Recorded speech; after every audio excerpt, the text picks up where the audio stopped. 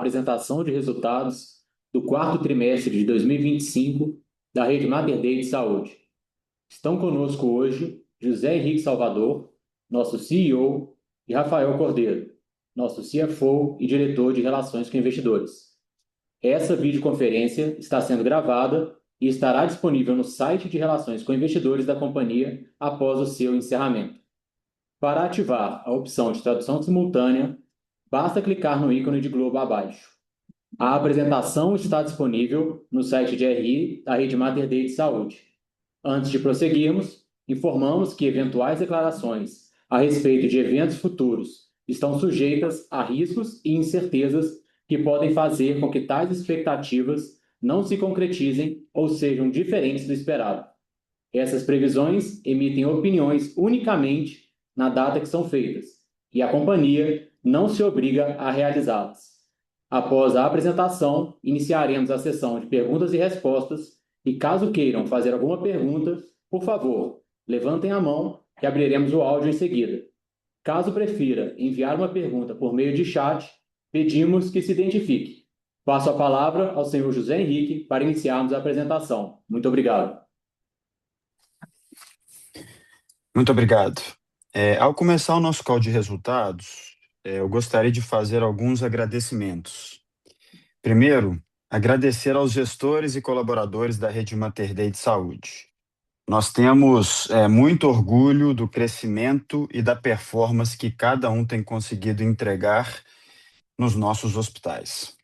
Agradeço também ao Conselho de Administração, que tem sido um parceiro importantíssimo ao longo desse processo, apoiando a gestão e nos ajudando a evoluir cada vez mais na estratégia, visando um futuro perene e sustentável para a rede. Agradeço também aos médicos, que são parceiros importantíssimos nos resultados alcançados, e que vivem conosco uma simbiose muito grande, né? A gente fala bastante que não existe rede de saúde forte se não tiver um corpo clínico forte, e essa simbiose entre gestão e corpo clínico, entre gestão e gestão clínica, ela é fundamental.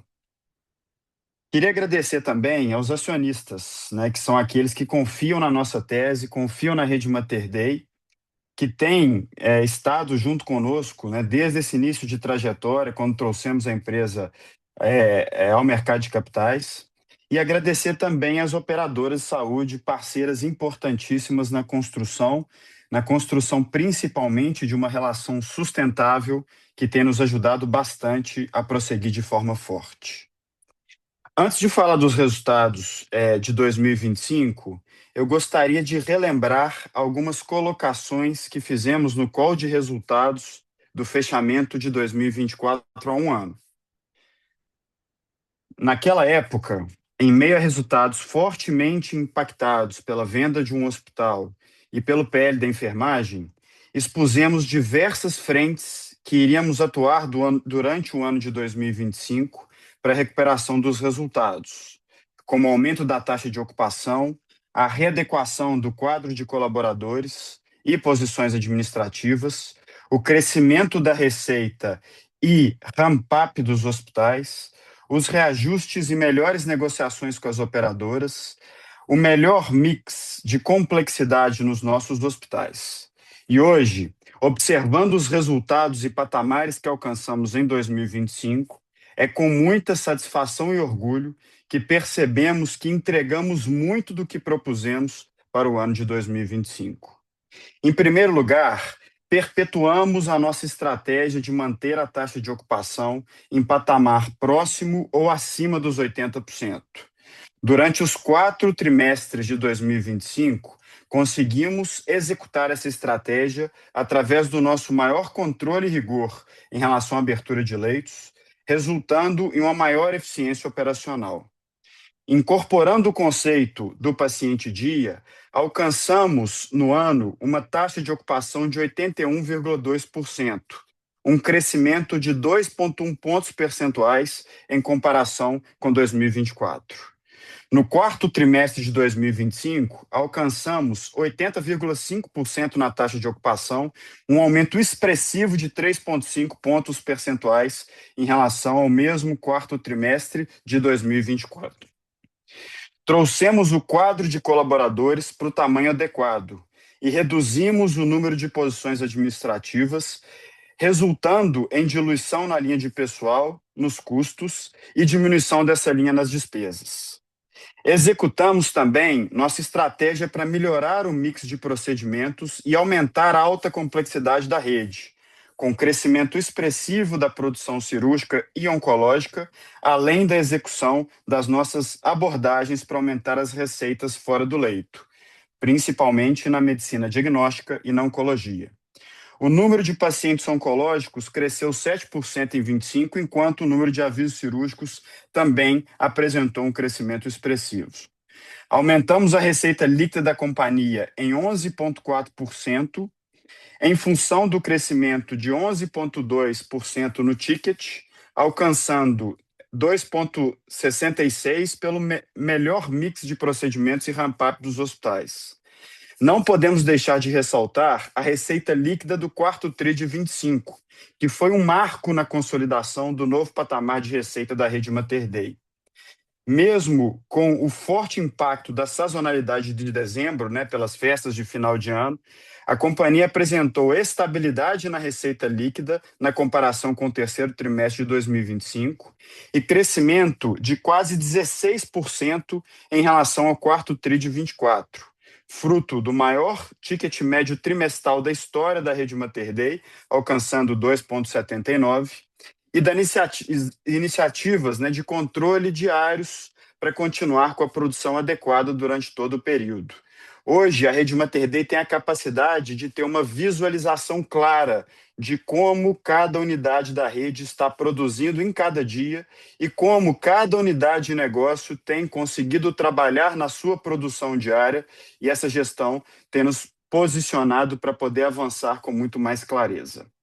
Também é importante destacar o ramp-up das nossas unidades jovens durante o período, principalmente Nova Lima e Salvador, e o crescimento das nossas unidades adquiridas. Em Salvador, por exemplo, passamos de um período em 2024 que a gente falava de break-even operacional para um resultado em 2025 de duplo dígito em relação ao EBITDA, com evolução progressiva de receita e margem EBITDA durante todo o ano. E essa melhora no resultado é reflexo de diversas frentes que atuamos no hospital.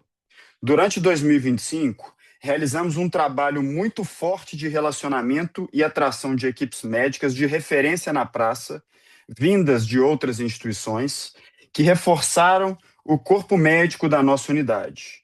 Com isso, o Mater Dei Salvador está se tornando cada vez mais preferencial às operadoras e também aos nossos pacientes, se consolidando como o hospital das referências médicas na Bahia, uma estratégia que estamos executando e colhendo frutos através desse processo. Além disso, aumentamos a capacidade de atração de alta complexidade para o hospital. No ano, por exemplo, houve crescimento de 45% dos pacientes oncológicos e também de 15% nos avisos cirúrgicos. Estamos evoluindo cada vez mais na qualidade da operação e na satisfação do cliente, já apresentando índices de NPS comparáveis às nossas unidades mais maduras. O Mater Dei Salvador já é um hospital que se consolidou como referência para toda aquela região. Na unidade de Nova Lima, tivemos um ramp-up surpreendente em 2025, com a evolução dos resultados acima do esperado. A margem EBITDA já é superior ao consolidado da rede. É uma unidade que aproveita das eficiências da região metropolitana de BH, necessitando de suporte administrativo menor, além de ter um ticket médio mais alto pelo mix de operadoras, receitas fora do leito, como por exemplo, oncologia e medicina diagnóstica, e a capacidade que essa unidade tem conseguido abarcar em termos de complexidade. Estamos conseguindo incorporar e construir novos relacionamentos com equipes médicas de destaque que não estavam tão próximas da gente na região metropolitana de BH e que têm agora condições para serem acomodadas dentro da nossa estratégia, trazendo complexidade, trazendo cirurgias de complexidade mais alta e possibilitando a atuação dessas equipes no empreendedorismo médico. Isso é um ponto que a gente sempre reforça. Nós temos conseguido atrair para a Rede Mater Dei médicos que querem empreender nas suas especialidades e crescer junto conosco. Assim, esses médicos estão trazendo maior produção e receita para o hospital, principalmente em linhas estratégicas, como a gente falou, na oncologia, na cirurgia e também uma utilização maior de terapia intensiva pela característica desses médicos e dos pacientes. No trimestre, houve crescimento de 52% nos pacientes oncológicos tratados lá em Nova Lima, e também no trimestre, quando a gente compara o terceiro TRI com o quarto TRI, de 10% nos avisos cirúrgicos. Então, evidenciando o quanto essa unidade tem rampado mais rápido e quanto é evidente, trimestre a trimestre, que ela vem conseguindo ocupar um lugar de destaque. Além disso, a gente tem um novo sistema robótico em Nova Lima, né, que foi também colocado aí no ano passado, em 2025, que tem ajudado muito nesse relacionamento e nessas negociações com o corpo clínico. Já nas unidades adquiridas, o ano de 2025 foi um ano de crescimento e novas conquistas. Em Uberlândia, por exemplo, é importante a gente lembrar que nós firmamos a parceria com a Unimed, e essa parceria foi fundamental para reportarmos a maior receita líquida e EBITDA anual da história das nossas unidades em Uberlândia. Além disso, visando o aumento da complexidade em 2025, trouxemos para lá 2 novos robôs, o robô da Vinci e o robô para cirurgias ortopédicas, um no Santa Genoveva e o outro no Santa Clara. No EMEC, também atingimos recorde de resultados e tivemos a inauguração do setor de oncologia, que já está trazendo complexidade e receitas fora leito para a unidade. Cada uma das unidades da Rede Mater Dei hoje tem a sua estratégia no desenvolvimento, né, dessa unidade de negócios que é a oncologia, que passa a ser cada vez mais chave para o crescimento da Rede Mater Dei. No quarto trimestre de 2025, apresentamos em Goiânia os maiores resultados trimestrais da unidade. Ele é um hospital em que nós temos investido bastante para entregar uma qualidade muito acima do que era anteriormente percebida na praça, e temos conseguido ser cada vez mais preferenciais para os pacientes, para os médicos e para as operadoras, mudando inclusive a cultura de utilização de hospitais naquela praça, que é a Praça de Goiânia. Essa estratégia de fortalecimento regional que adotamos em 2025 tem posicionado cada uma das nossas unidades para serem a referência naquela praça. Isso tem nos ajudado bastante a sermos vistos como preferenciais pelas operadoras, e também em 2025 foi fundamental para a gente ter conseguido, né, melhores recomposições de preços, e também temos conseguido a negociação dos reajustes nas datas corretas. Foi um ano que a gente conseguiu reajustar cada um dos nossos contratos nas datas adequadas, ajudando, inclusive, nos nossos resultados econômico-financeiros. Então, com todas essas frentes que a gente trouxe aqui, nós apresentamos realmente alguns resultados expressivos que eu vou trazê-los aqui agora, né?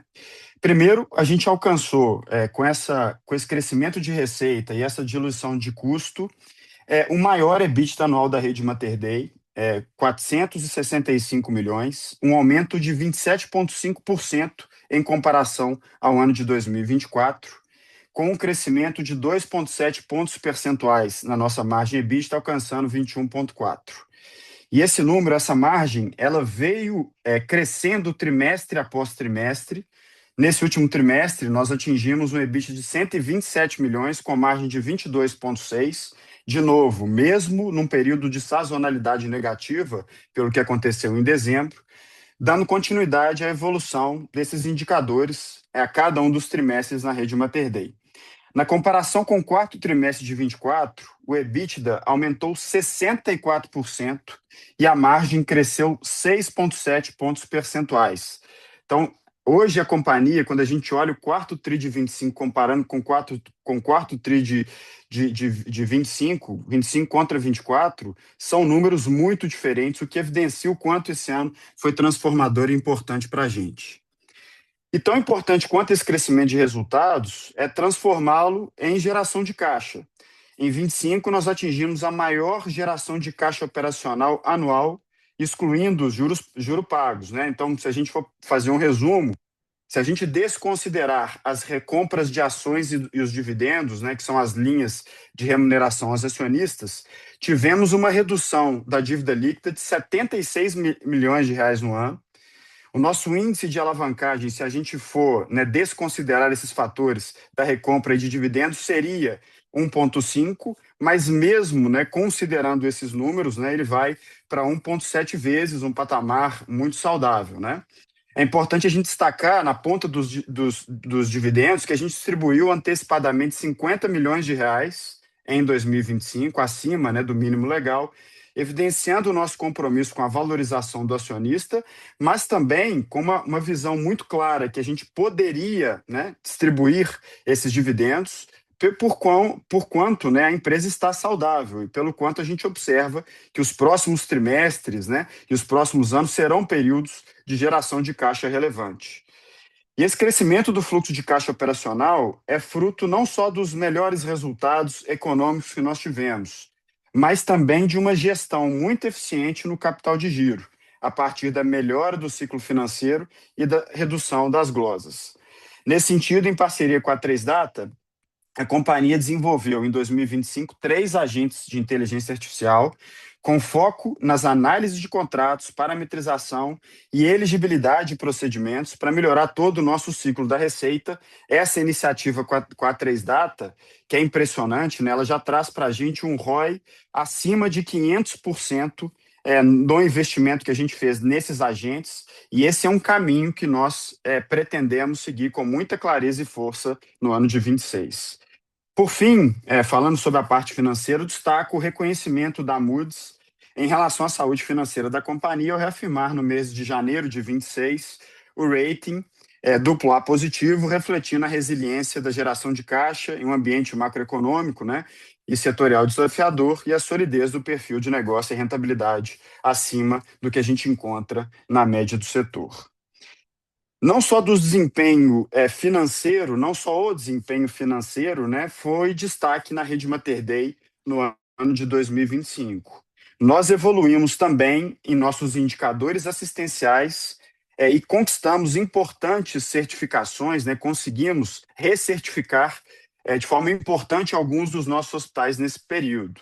Por exemplo, o Mater Dei da Contorno foi avaliado em aproximadamente 1.200 elementos pela JCI, conseguiu a reacreditação, enquanto o Mater Dei Santa Clara conquistou também a reacreditação da Quimentum, né? Hoje, das 9 unidades da rede Mater Dei, nós já temos 7 unidades que são certificadas em nível internacional de qualidade e segurança.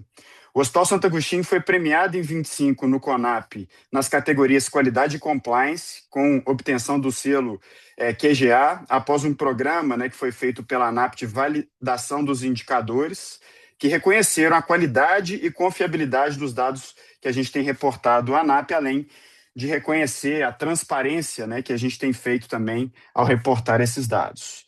E a qualidade hospitalar está cada vez mais reconhecida também pelos pacientes, né? A gente mede o NPS em cada uma das nossas unidades e nesse ano de 2025 a gente conseguiu uma performance muito positiva. Pela segunda vez consecutiva, nós tivemos a Rede Mater Dei alcançando na sua completude NPS acima de 75. Então, trimestre após trimestre, a gente está conseguindo demonstrar e colocar os nossos hospitais, todos eles, né, enquanto rede, na zona de excelência quando a gente mede os indicadores de NPS que medem a satisfação dos nossos pacientes. Em 2026, ainda enxergamos muito espaço para a gente avançar em nossas diversas estratégias traçadas e executadas em 2025. Nós vamos continuar o nosso processo de atração de equipes médicas de referência nas diversas praças que estamos atuando. Não vamos desgarrar a estratégia da Rede Mater Dei de conseguir identificar e buscar médicos empreendedores que entendem que aqui na nossa casa eles podem desenvolver a sua especialidade, o seu mister, né, na forma que eles entendem que é a melhor forma de desenvolverem a sua profissão na plenitude. nós manteremos a desconstrução do crescimento de receita apenas ancorada à abertura de leitos. A gente acha que há um modelo de crescimento de receita que a gente pode crescer de forma mais eficiente, permanecendo atentos à conversão cirúrgica, aumentando a nossa produção oncológica, as receitas fora leito, melhorando o mix de procedimentos, melhorando o tempo médio de permanência das nossas unidades e a complexidade de ticket que a gente tem conseguido atrair. Nós vamos aproveitar as oportunidades e parcerias para aumentar a eficiência dos nossos processos por meio de agentes de inteligência artificial. Essa é uma frente que nós estamos trabalhando com muito afinco, utilizando inteligência artificial para aumentar a nossa eficiência, mas também para aumentar a conversão sadia dentro das nossas unidades. Continuaremos nossa estratégia de fortalecimento nas regiões que atuamos para aumentar o nosso poder de negociação, a nossa relevância e, assim, conseguirmos, né, bons reajustes nas nossas tabelas. Manteremos nosso foco na evolução, na qualidade das operações de satisfação do nosso cliente. Nós queremos ser uma rede que consiga demonstrar NPS muito acima da média dos hospitais brasileiros e nós continuaremos muito focados no destravamento de valor de cada uma das nossas unidades e temos a certeza que, principalmente, as unidades de Salvador e Nova Lima têm ainda muito potencial para ser destravado e vão contribuir de forma desproporcional com os resultados da rede Mater Dei. Não posso esquecer, antes de ir para a nossa conclusão, né, para passar a bola para o Rafael, que a gente também segue num caminho muito saudável, né, da parceria do Mater Dei Santana na JV com a Bradesco. Nós já fizemos a demolição do terreno, o processo está na fase final para o início das construções e esse é um hospital, a nossa entrada no mercado de São Paulo, que a gente tem certeza que vai trazer muito valor. Então, para concluir, a disciplina estratégica, que foi o alicerce para as nossas evoluções operacionais e financeiras em 2025, vai continuar sendo a base para continuarmos a nossa jornada de crescimento sustentável e avançarmos em nosso plano de sermos um dos principais consolidadores do setor de saúde do Brasil. Então, queria agora passar a palavra para o Rafael Cordeiro, para que ele possa aprofundar e discorrer mais sobre os nossos indicadores financeiros. Com a palavra, Rafael. Obrigado, Zé.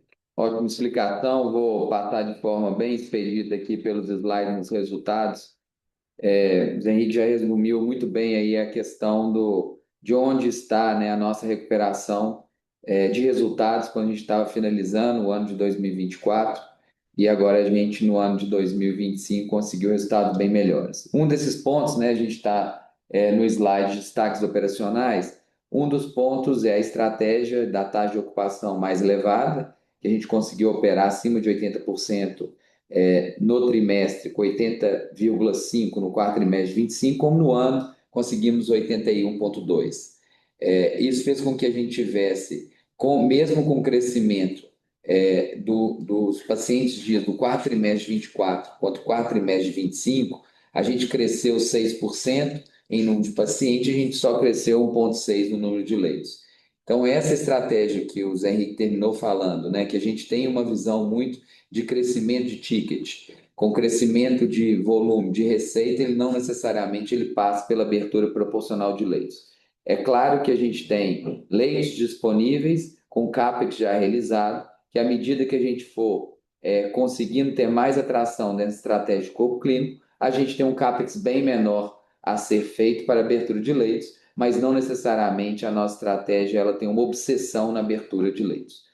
Passando para o slide seguinte, né, a gente chega na parte da receita líquida do ticket. Então, como a gente abriu menos leitos e cresceu o número de pacientes, crescemos a nossa receita em 11,4%, não tem mágica, né? O outro indicador que deveria ter crescido e é o mais importante para nós foi o ticket médio com 11,2% ano contra ano. A gente teve crescimento tri do ano passado, quarto tri, contra o quarto tri de 25, com 9,2% de crescimento e conseguimos crescer do terceiro tri para o quarto, o quarto trimestre sempre, e para o setor como um todo, de sazonalidade mais fraca para o nosso setor, mesmo assim crescemos 4,7%. Então, são números significativos, mantivemos uma receita estável, é sempre um desafio, né? porque a gente não consegue desmobilizar a empresa no quarto trimestre, ter mantido a receita no quarto trimestre em linha com o terceiro trimestre de 25 foi fundamental para o atingimento das margens aí no quarto trimestre de 25. Lembrando que a empresa que a gente estava no ano passado, nesse mesmo período, estava 15,5% menor. Então, foi um crescimento significativo ano contra ano. Passando para a parte dos custos, a gente tem aí um objetivo de ter o lucro bruto abaixo de 70%, conseguimos ter aí os custos em 60,5%, 69,5%, desculpa, conseguindo ter 30,5% de lucro bruto. Esse veio uma evolução, olhem aí no gráfico, né, de trimestre a trimestre, nós saímos de 73,5% no quarto trimestre para 69,5%. Né? Os grandes ganhos que a gente teve está na linha de pessoal, está na linha de contratos, que a gente também teve renegociação, e também a gente teve uma diluição de serviços médicos, que à medida que as unidades crescem, algumas formas de honorários médicos que a gente tem de repasse, a gente consegue ter uma diluição. Então, o crescimento que a gente espera obter também no ano de 2026 vai ajudar nessas linhas também. Então, a parte de custos, a gente teve uma redução de 71% dos custos sobre a receita líquida no ano de 2024 e conseguimos chegar em 70,1%.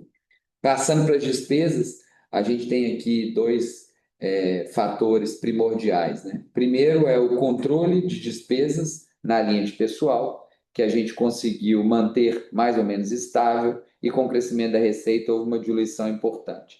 E também nas outras receitas e despesas a gente teve uma diminuição na linha de PDD, de perdas, que a gente tem controlado o nosso ciclo da receita. E se você olhar o ano completo, né, parece que a gente teve um número pior, mas é porque o ano passado a gente carregava 74 milhões daquela reversão previdenciária. Então, se você tirar esses efeitos, a gente teve um ano mais sadio na parte de despesa. Né? Em termos de número, a gente sai de 16,1 no quarto trimestre de 24 e a gente consegue chegar em 13%, uma melhoria de 3,1 pontos percentuais. Vejo que até o número absoluto de 78 a gente conseguiu reduzir para 73. Em termos anuais, a gente sai de 15,6 e vai para 13,7, uma melhoria de quase de 2,1 pontos percentuais, e o número absoluto também é uma redução de 6 milhões de reais. Então, a soma dessa melhoria nos custos de 4 pontos percentuais e de 3,1 nas despesas, né? Quando você vai para o EBITDA, que você tem que voltar à questão, retirar os efeitos da depreciação e da amortização, 7,1 vira uma melhoria de 6,7 pontos percentuais. Então, nosso EBITDA sai de 15,9 e sobe para 22,6 no mesmo trimestre 2024 quanto trimestre de 2025. Um crescimento de 49 milhões de reais, que a gente vai colocar depois na parte de fluxo de caixa, quase todo ele, né, a gente conseguiu reverter em caixa. Então, tem uma melhoria contábil, né, de competência na empresa, mas também de fluxo de caixa. Essa melhoria é refletida também no ano, veja que trimestre a trimestre nós vamos recuperando essa margem, 6,7. Em termos anuais, a gente tem um crescimento de 100 milhões de reais no EBITDA e um crescimento de 2,7 pontos percentuais, considerando o ano cheio de 24 contra 25. Passando para a parte de lucro líquido e capital de giro, alguns fatores que vale a pena a gente colocar é um pouco do ritmo da empresa. Né? A gente destacou muito o crescimento da receita, que ajudou nas diluições. Isso tudo chega na ponta do lucro. A gente tem um lucro sem nenhum tipo de ajuste, com 37 milhões de reais, que já coloca a empresa em outro patamar. Apesar de a gente ter feito um lucro líquido de 112 milhões de reais, a gente tem um lucro líquido, se você pegar o quarto trimestre e multiplicar por 4, já num patamar muito mais elevado, que mostra que a gente tem um múltiplo, né, de preço-lucro, que ainda a gente não consegue refletir totalmente as melhorias que a companhia vem fazendo. Olhando o quarto trimestre de 24, né, a gente estava com o lucro apenas sem a correção do ativo diferido, que era o ágio que a gente tinha grande lá do nosso hospital em Belém do Pará, a gente teve um crescimento de 8 para 37 milhões. É claro que a gente considerava os 16 milhões de reais como caixa, né, o lucro que virava caixa, porque havia uma redução diretamente no nosso imposto de renda. Mas hoje a companhia, sem nenhum ajuste, a gente está com 6,6 de margem líquida, 37 milhões e 112 milhões que eu coloquei de lucro líquido na companhia. Passando para o lado direito do slide, a gente teve, como o Zé Henrique destacou, um trimestre muito bom do nosso capital de giro. Tivemos até algumas antecipações de algumas operadoras no mês de dezembro, tivemos algumas recuperações pontuais, fez com que o número até melhorasse acima do que a companhia está trabalhando hoje, um pouquinho melhor, que foi essa redução de 8 dias. Né? A gente reduziu de 115 para 107 dias no prazo médio de recebimento. A gente faz algumas compras estratégicas pontualmente no final do ano, então a gente teve um aumento do prazo médio de pagamento e do estoque, fruto dessas compras que a gente fez. Mas, colocando tudo numa balança, a gente teve um capital de giro muito positivo.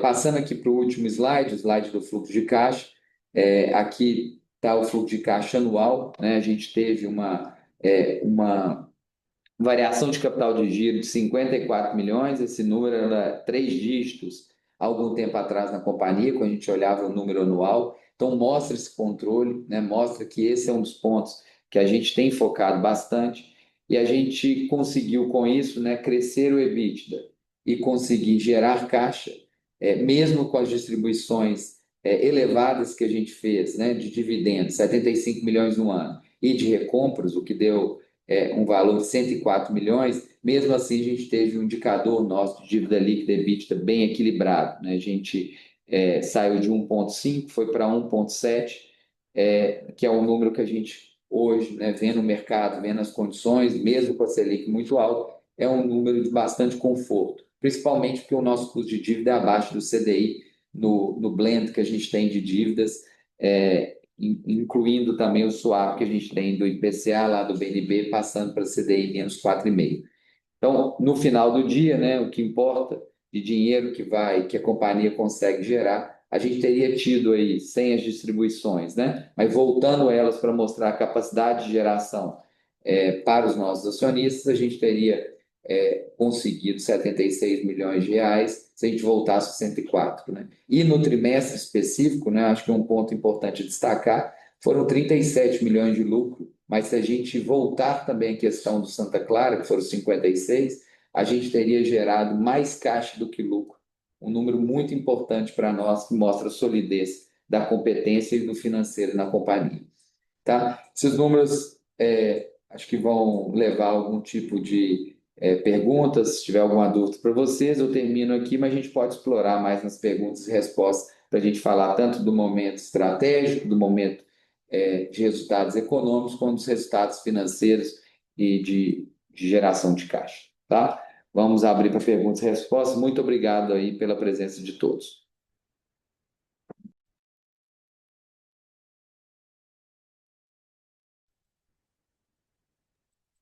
Iniciaremos agora a sessão de perguntas e respostas.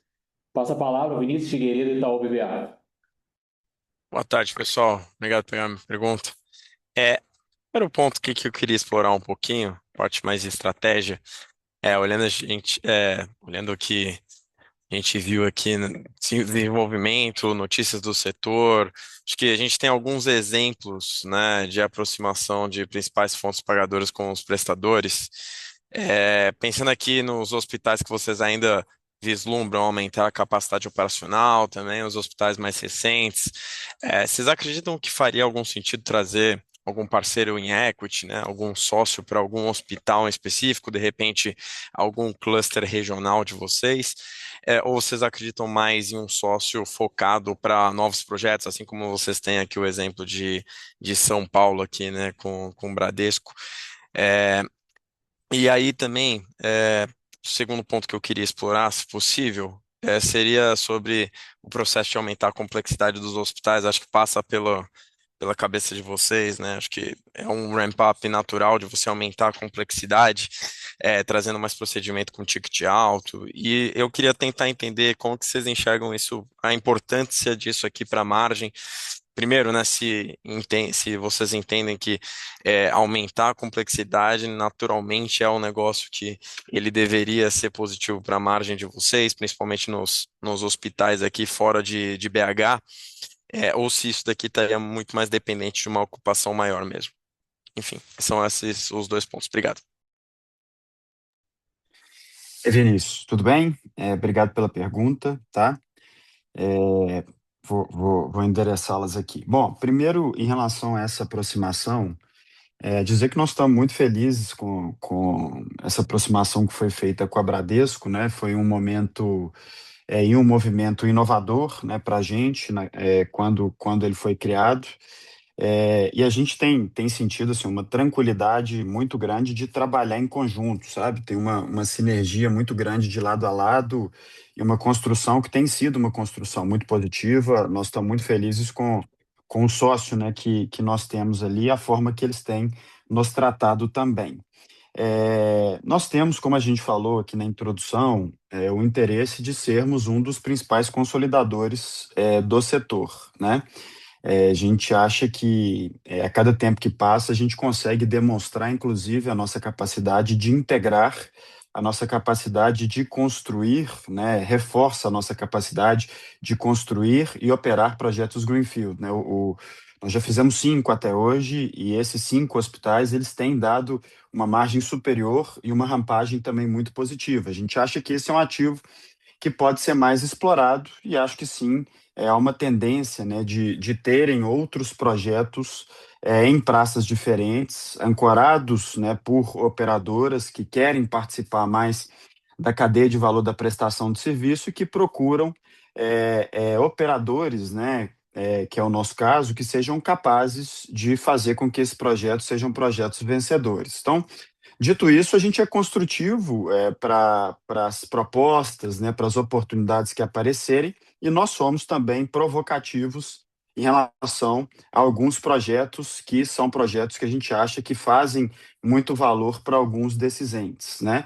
A gente vai numa linha, sabe, Vinícius, de andarmos, né, lado a lado e juntos com as operadoras, né? A gente acha que não existe, né, uma corda, né, que cada um puxe para um lado, ou um jogo de forças. Não, pelo contrário, a gente quer que todo mundo ganhe dinheiro, que seja sustentável nesse setor, porque nós precisamos de uma pauta específica, que é a mais importante, que é o crescimento do mercado endereçável, e a gente segue nesse sentido, e as parcerias, obviamente, vão aparecendo e deixando cada vez mais atrativos também. Em termos de complexidade, nem sempre as cirurgias, né, os procedimentos de maior complexidade são os mais rentáveis, né? Falando simplesmente pela perspectiva financeira. O interesse nosso, das nossas instituições, né, como está na nossa visão, é sermos uma solução completa, né, entregando qualquer tipo de procedimentos. Mas, claro que sempre a gente faz, para cada uma das unidades, uma análise de mix. E esse mix, ele é um cruzamento entre a nossa capacidade de conseguir absorver, né, e resolver os diversos procedimentos, as diversas demandas que tem, mas também a capacidade, né, das operadoras, das tabelas, de conseguirem absorver também e entregar, né, aqueles procedimentos com rentabilidade, né? O nosso trabalho é sim crescer complexidade pelo nível de utilização, pela quantidade, né, que se utiliza nos nossos hospitais. Nós estamos posicionados para isso, para sermos hospitais que atendem a alta complexidade, um crescimento muito forte na oncologia. Nós estamos muito satisfeitos com a forma, né, que as nossas operações têm performado em oncologia, a nossa capacidade de atrair os talentos médicos, né? E também, como você mesmo falou na sua pergunta, a capacidade de, através disso, ocupar as nossas unidades com um mix de procedimentos que sejam mais vantajosos, né? E que cada um dos hospitais consiga resolver as diversas demandas na sua totalidade. Não sei se eu te respondi, mas é um pouco dessa forma que a gente pensa e tenta operar aqui no dia a dia. Ah, perfeito, ficou super claro. Obrigado, Zé.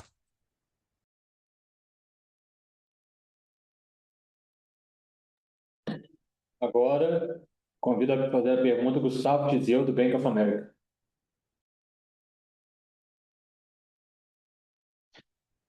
Boa tarde, Zé Henrique e Rafael. Obrigado pela disponibilidade de fazer perguntas. São duas aqui do nosso lado. A primeira, eu queria explorar um pouquinho dos leitos operacionais. A gente sabe que a visão é outra agora é um pouco ligado à ocupação, mas se a gente pudesse explorar um pouquinho dos hospitais que estão abrindo, porque abriu 20 leitos, né, ano contra ano. Tem a sazonalidade do quarto Q, a gente entende que é um pouco menor, mas é mais para entender a dinâmica de cada região. Parece que não foi tantos leitos dado os hospitais que estão rampando. Teve algum outro hospital que está fechando? Tem alguma dinâmica um pouco diferente em cada região que está offsetando esse crescimento orgânico, esse ramp-up desses hospitais? E a segunda pergunta é de margem estrutural. O COGS e de pessoal e a despesa de pessoal acho que vieram patamar bem interessante, né? Uma queda em termos de BIPs de receita, é mais para entender se esse aqui é o piso mesmo, o quarto que tem a sazonalidade, que ele é mais baixo de EBITDA, dá para acreditar que é daqui para cima, 2026, e se a dinâmica do quarto Q foi muito mais forte, o suficiente para offsetar aquele terceiro Q que também foi forte, o que teve de diferente, o que é estrutural daqui para frente, pessoal? Obrigado. Vou começar aqui do meu lado, depois eu passo para o Rafael para a segunda pergunta, principalmente trazer mais alguns elementos. Bom, em relação a leitos operacionais, a gente teve essa abertura, conforme a gente falou, mas é importante a gente voltar, né, Tizeu, agradecendo aí as suas perguntas, por quanto a gente conseguiu crescer a ocupação. Né? Na nossa visão, o crescimento de ocupação é uma forma de abrir leitos, né, sem precisar, ou, na verdade, trazendo uma eficiência muito mais positiva. Então, o que a gente tem tentado fazer é segurar mesmo a abertura de leitos para que a gente possa ter uma ocupação e cuidando, né, para que os indicadores assistenciais e de qualidade percebida pelo paciente não sejam influenciados, mas essa visão, né? Então, se a gente coloca principalmente esse crescimento, né, na ocupação, nos pontos percentuais de ocupação que a gente conseguiu, isso seria aí também uma abertura de leitos expressivo para o período e é assim que a gente está tentando atuar, né? Não tem nenhum tipo de dinâmica em regiões específicas que nos incomoda, né? Pelo contrário, as unidades estabelecidas e maduras, né? Elas estão conseguindo avançar, né? Estão conseguindo melhorar suas operações, trabalhar com eficiência e também, né? Aumentar a ocupação, que, como eu disse, é um crescimento, né, de leitos de forma mais inteligente na nossa visão. E o que a gente também tem olhado bastante são oportunidades que têm aparecido para a gente crescer o mercado endereçável. Eu tenho falado isso em algumas reuniões com investidores.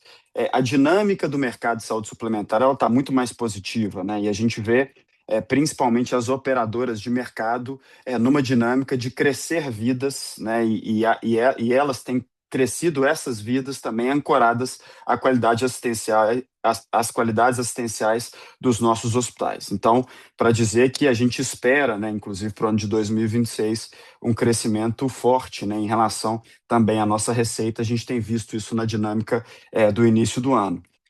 E aí, iniciando a segunda pergunta, e já passando para o Rafael, acho que o ponto mais importante dessa história é que a gente consegue crescer a receita e, ao crescer a receita, a gente tem conseguido diluir os nossos custos, né? Principalmente os custos fixos, mas essa dinâmica de crescimento tem nos permitido também trabalhar melhor os nossos custos variáveis à medida que a gente compra mais, à medida que a gente opera mais, à medida que a gente consegue estabelecer relacionamentos e sermos também mais imprescindíveis para os fornecedores, para as equipes que atuam conosco, né? Diluindo assim também os custos variáveis nesse processo de crescimento. Mas passo para o Rafael para ele poder explorar melhor essa segunda parte da pergunta. Gisele, obrigado aí pela pergunta, né? Você está fazendo uma comparação e tentando pegar algum tipo de número para o futuro, né? Pelo que eu consegui compreender. A gente saiu de um 29,5, né? Na hora que a gente soma o custo de pessoal, custo de despesa, a gente estava com 29,5 percentual sobre a receita líquida, né? E a gente conseguiu trazer esse número para 27, né? 7,5 mais 19,5 que dá 27.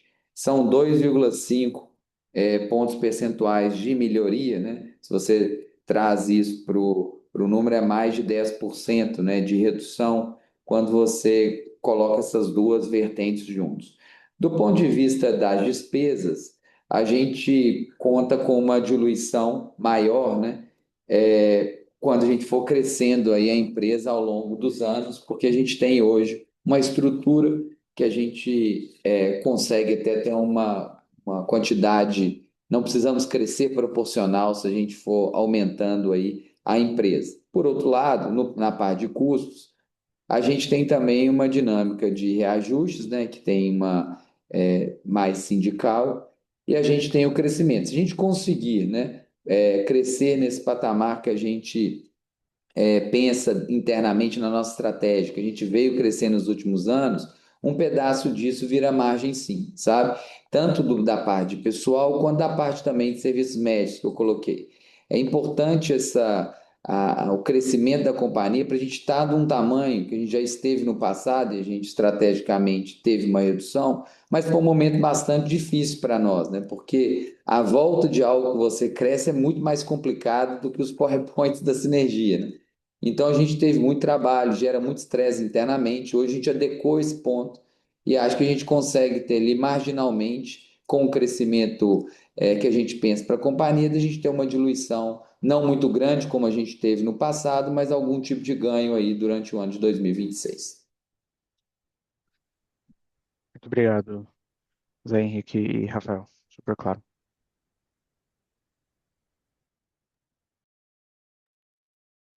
De Goldman Sachs. Oi, pessoal, boa tarde. Tudo bem? Obrigado pela apresentação. Tenho duas também, por favor. A primeira delas, queria até voltar no ponto que foi a pergunta do Vinícius no início, assim, um pouco sobre como vocês veem, eventualmente, aqui, potenciais novos credenciamentos, né?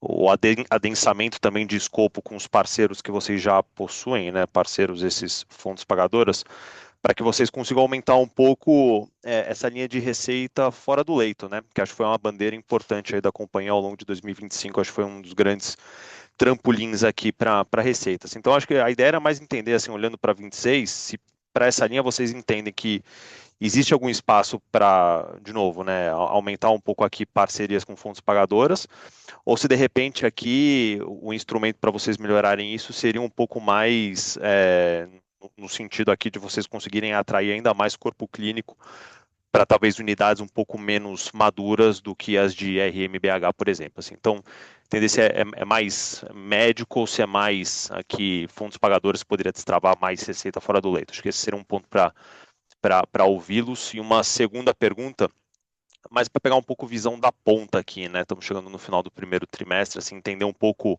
como que vocês viram volumetria nas principais praças de vocês, né? Mas para a gente entender se vocês estão de alguma maneira descolados dos números de ocupação que a gente está vendo na ANAP. São esses dois pontos, pessoal. Muito obrigado. ML, muito obrigado, viu? Pela pergunta. Bom, acho que essa primeira pergunta sua, né, complementando aí a primeira que foi feita pelo Vinícius, ela é muito boa para a gente explicar um pouco como que a gente pensa, né, em relação ao crescimento da receita, mercado endereçável, etc. Nós atuamos num mercado e cada uma das nossas unidades hospitalares, ela preza pela qualidade, pela diferenciação, né? Cada uma das empresas do setor de saúde, ela busca um nicho, né? Ou busca um modo de atender. O nosso modo é pela diferenciação e pela qualidade, né? E nesse sentido, a gente acredita que não dá para pasteurizar o corpo clínico, né? Ou não dá para a gente empurrar a goela abaixo do médico algum tipo de modelo. A gente quer trabalhar, como eu falei no início, né, com empreendedores médicos, com médicos que tenham a capacidade de crescer e de puxar volume em cada uma das suas especialidades. Então, o que a gente tem tentado fazer é a criação, que a gente faz desde a fundação, na verdade, da Rede Mater Dei, né? É a criação de um ciclo virtuoso. Como é que esse ciclo virtuoso ele acontece, né? Nós trabalhamos em qualidade das nossas operações, nós investimos em estrutura, nós disponibilizamos tratamentos de melhor qualidade e corpo assistencial e funcional também de altíssima qualidade. Através disso, a gente também faz acordos e atraímos, né, corpo clínico de excelência que sejam referências nas suas áreas de atenção. Esse corpo clínico nos ajuda a trazer uma qualidade diferenciada para as nossas instituições e, com isso, a gente atrai a atenção dos pacientes e atraímos também a atenção das operadoras de saúde. Então, a nossa estratégia basicamente é dar para as operadoras o hospital que elas precisam para poder vender os seus planos nos tickets adequados e, com isso, também crescerem em termos de mercado endereçável, né?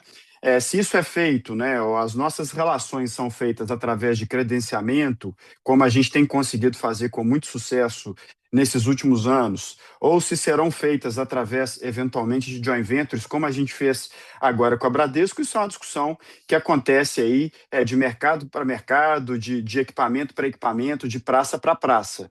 Mas esse ciclo virtuoso, ele precisa rodar, né? Não adianta ter uma grande tese de consolidação de uma área específica na saúde.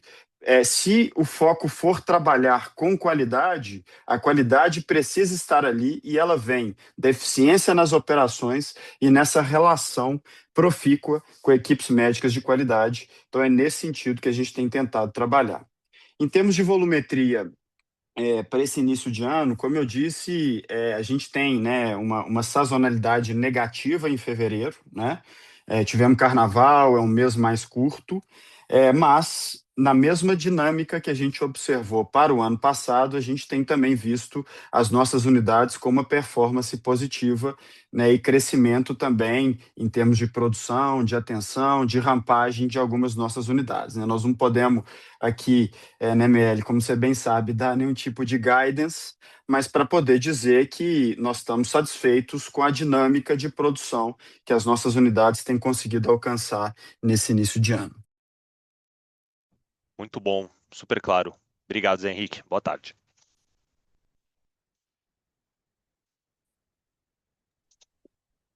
Falta pergunta agora ao Giovanni Vescovi, do JP Morgan. Bom dia, pessoal. Tudo bem? José, Rafael. Queria agradecer aqui pela pergunta. A minha é mais no sentido de ter um breakdown do quanto foi a melhoria do ticket, que no release vocês comentam que foi bem impactado pelo Nova Lima de Salvador. Então, se pudesse dar alguma cor aí sobre qual foi o efeito desses dois ativos no ticket no trimestre. E aí, outra coisa também seria entender o que vocês estão vendo sobre glosas. Um comentário um pouco mais geral mesmo. Obrigado. Ô, Giovanni, tudo bem? Rafael aqui. Eu vou pegar essas duas perguntas aqui. Sobre a questão do ticket, assim, o que a gente pode abrir para vocês é que quando a gente destaca que o crescimento foi, né, veio de Salvador e Nova Lima, eles têm tickets maiores do que a média da companhia. Então, principalmente quando você tem uma diluição das adquiridas fora de Belo Horizonte, você ajuda nesse movimento. Então, a gente não abre para te dizer quanto é de cada um, com certeza, né? A gente tem muitos efeitos para isso, mas se a gente for te dar uma resposta e poder entender, esse crescimento forte, ele vem de praças que têm bons tickets, tá? Não porque a Rede Mater Dei, são características típicas, né? Você também não consegue chegar numa praça e mudar do dia para a noite. A gente tem um ticket mais baixo, só para dar um exemplo, em Goiânia, que é um pouco da característica também dos planos que são vendidos lá. Então, esse é um pouco de como funciona o mercado, e aí estaria a resposta da sua primeira pergunta. A segunda pergunta sua foi sobre glosa, né? A questão das glosas, a gente vê uma melhoria de relacionamento com as operadoras, né? Que a gente vem desde aquele momento mais difícil que elas tiveram, a gente teve valores represados, um aumento excessivo das glosas por um momento que os operadores estavam passando. Eu acredito que o ano de 2025 foi um ano normalizado, sabe? Não é um ano em que as operadoras fizeram grandes pagamentos e também não teve um ano que teve grandes dificuldades nas negociações. Eu acho que foi um ano equilibrado, sabe? Eu acho que todo mundo conseguiu ali tirar, não ficou muito claro falando assim, eu acho que qual lado se deu melhor no ano. Eu acho que foi um ano que quem operou bem conseguiu ter bons resultados, tanto na área como operadora, quanto também como hospital. Então, no nosso caso específico, ele vem muito de um trabalho, né? O Zé Henrique colocou o ROI desse trabalho dos agentes, a gente vem num trabalho de melhoria do ciclo da receita como um todo, né? Desde das autorizações, que às vezes tem alguns erros, né? Desde o fechamento da conta, cobrar da maneira correta, conciliar, glosar, receber os recursos de glosa. Acho que o nosso ciclo hoje ele está muito melhor do que ele era no passado. Temos oportunidades para a gente poder ainda evoluir, mas dentro de um relacionamento com a operadora, eu considero hoje um relacionamento equilibrado. Quando eu falo de oportunidades, eu falo muito no viés nosso, tá? Para a gente poder até cobrar de maneira eficiente dos nossos parceiros aí, das operadoras.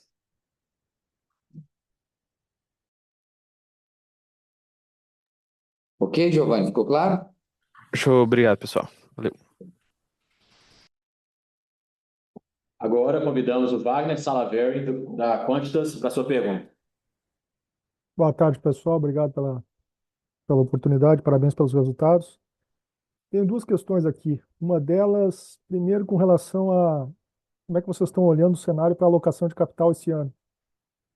Considerando que vocês já estão numa situação melhor de geração de caixa das operações todas, que o ano passado vocês destinaram uma parte para dividendos até um pouco acima do que esperado e recompraram acho que uns 40 milhões de reais em ações. Queria entender se esse nível de endividamento que a companhia está hoje vai fazer vocês procurarem outras opções de alocação, além de recompra, se tem alguma oportunidade que vocês estão vendo diferente, ou o dinheiro que vem de geração de caixa esse ano vai ser usado mais para reduzir endividamento. Queria entender um pouco disso. E a segunda parte, entender de vocês que se vocês já tiveram alguma interação com o pessoal do Bradesco, da Brad Saúde, agora que se tornou um capital aberto, né, pela operação lá da Odontoprev, se vocês, depois dessa divulgação deles, se vocês já tiveram alguma interação com eles, para entender se muda alguma coisa dos projetos deles, se acelera mais o ritmo de investimento deles, se isso gera mais oportunidades para vocês ou não. Enfim, entender se vocês já tiveram alguma atualização após o evento dos sócios lá. Wagner, obrigado, viu? Muito obrigado pela pergunta, obrigado aí também pela parceria, né? Bom, em relação à Brad Saúde, passando aqui rapidamente, vou começar pela segunda pergunta, depois vou para a primeira. Acho que foi um evento muito relevante para o nosso setor.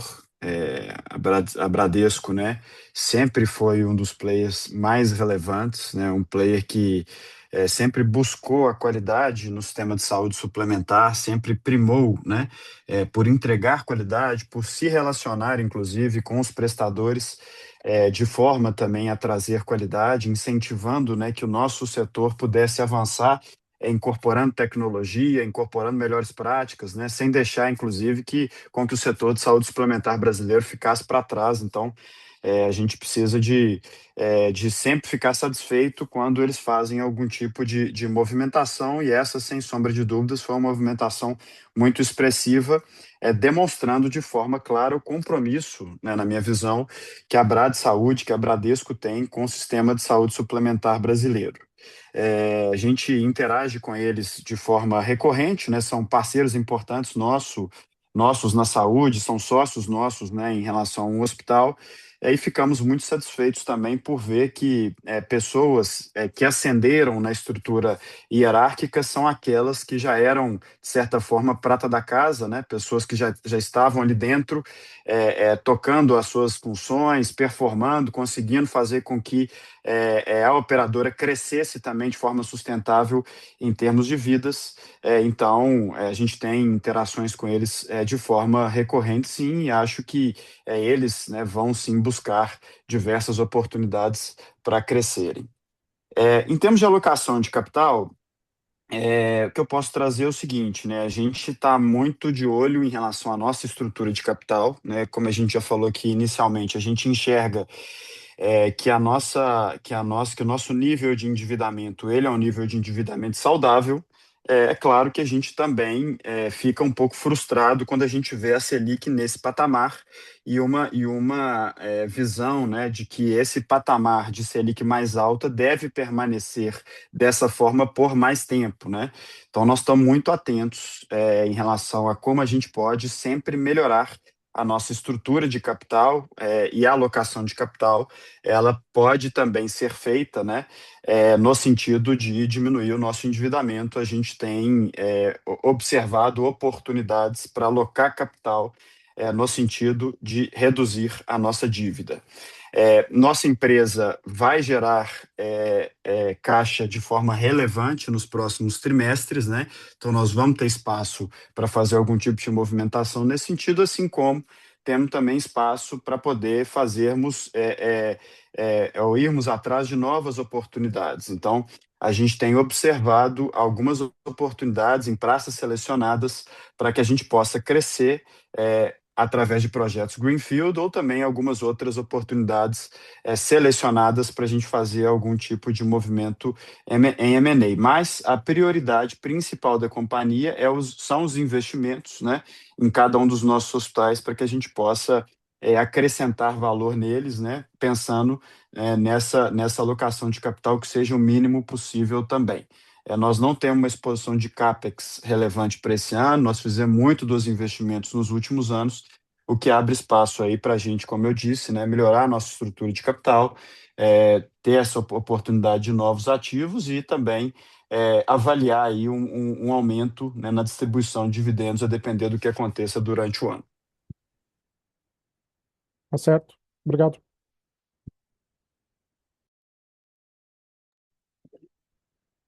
Pesado, agradecendo as perguntas aqui enviadas, passa a palavra ao José Henrique para as considerações finais. Pessoal, muito obrigado. Obrigado a todos que estiveram conosco até esse momento aí no call. Como eu disse, né, no início, nós ficamos muito felizes com os resultados apresentados em 2025, mas também com aquele sentimento de que muito ainda pode ser construído. Nós temos muitas oportunidades, o nosso plano estratégico está muito bem desenhado e desdobrado para que a gente possa fazer um ano de 26 ainda mais transformador, né, e daqui a pouquinho a gente volta para reportar os resultados do primeiro tri de 26. Muito obrigado a todos, desejo aí uma ótima semana. Obrigado, pessoal. Boa tarde.